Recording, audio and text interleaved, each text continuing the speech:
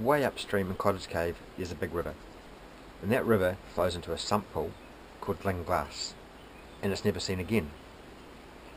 Now we've presumed that the water we see in Woolshed Cave is that same water. The only way to prove that the water from Glass does flow into Woolshed Cave is to keep exploring upstream and following the main flow.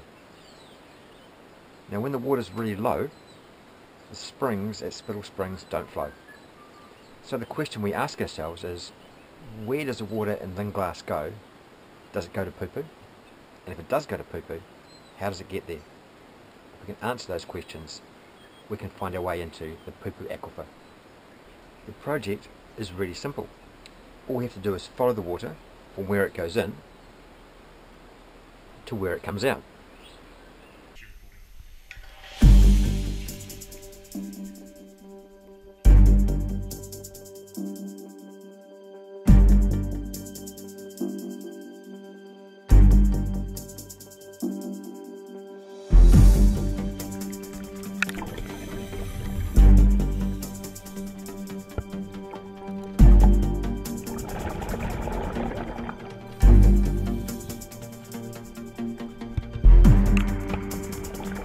Day 3, third dive in here.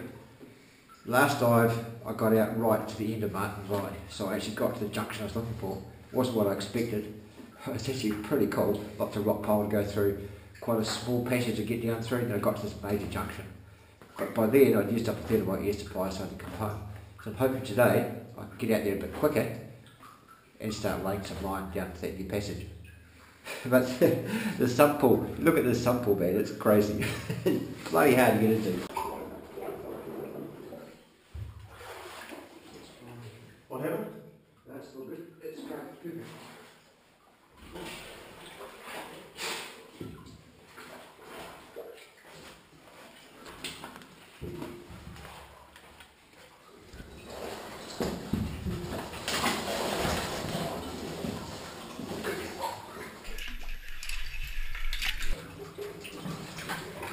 The start of the dive, as you can see, is pretty small. Quite a small little chamber you've got to start off on, you've got to get all the gear on.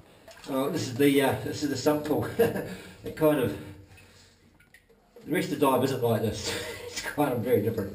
Yeah, it gets much bigger down through there. It's a bit of a grovel, but it's worth it. Absolutely worth it. Stand a bit.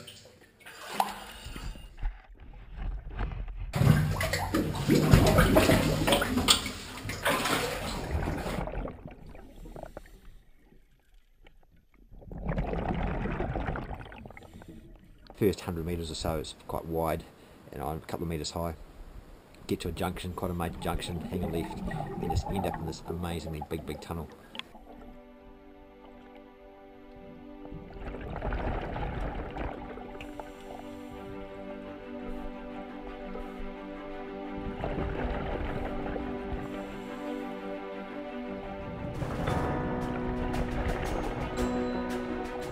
And there's all these cool little landmarks they go past. One of them is the first junction.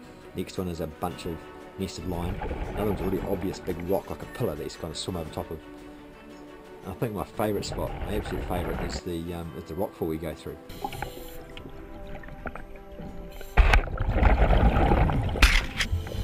It's really cool. You kind of swim amongst these boulders, you drop down over the edge of one boulder and go through a little slot up over the top of the rockfall and just keep going. It's really neat. It's really cool. And then that's the first rockfall. You end up going after a little bit after that. You go some gravel banks and go through quite a low, very low, wide section. I don't know why Martyn didn't go the big way. It's just really, the line goes through this low section, and then drop down to a hard left-hand bend. And at the end of that passage, you go up through this really cool window, up over some rocks, and end up surfacing around the airspace, which is quite nice. To have an airspace there means that you can take a break and just rest and not waste your air.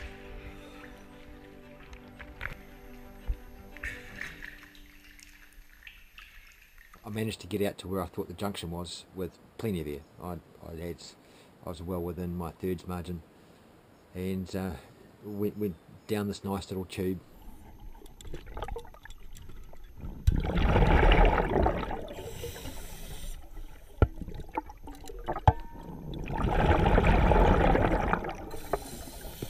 Tied on the new line and started reading off into unexplored passage.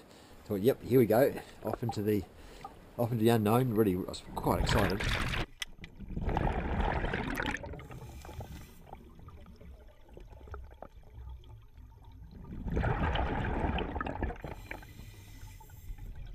And yeah, it just closed down. I couldn't fit with all my gear on it at all. There's no way I could fit.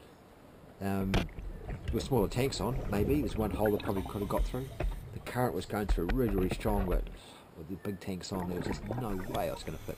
Went back, and I thought, well, I've got plenty of air left. I might as well keep this wandering up the passage and have a look. So I kept swimming along this amazingly. It was huge. The passage was really, really big. It's really impressive. Yeah, I'm just blown away with what Martyn explored. It's an incredible piece of cave.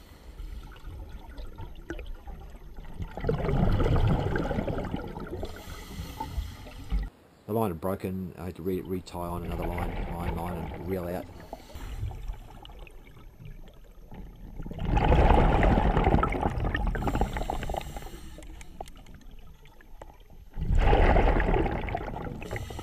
Yeah, eventually I got to my thirds, and I had to turn around and go home. I left my reel out there to go back.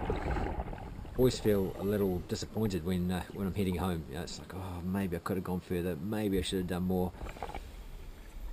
Feel disappointed if we don't find anything. They actually don't, because you work so hard to get there. Yeah, it is. It's real gutting when the passage doesn't go.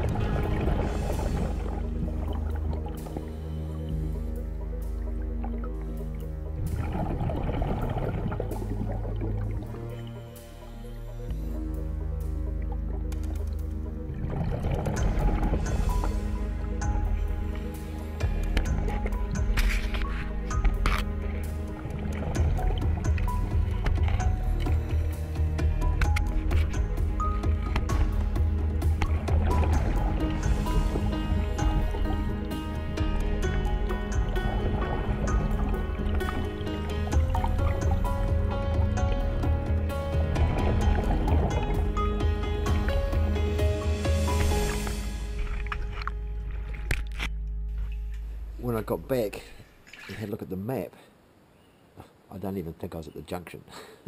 I don't even think I was at the point, at the place where I was meant to be exploring. Can't believe it. It's a lot further than I expect. So I've got to go back. I've got to go back in there and keep searching for that junction. So I think what I'll do is I'm just going to keep swimming down that passage. Just keep going until I get to a place I definitely know where I am on the map.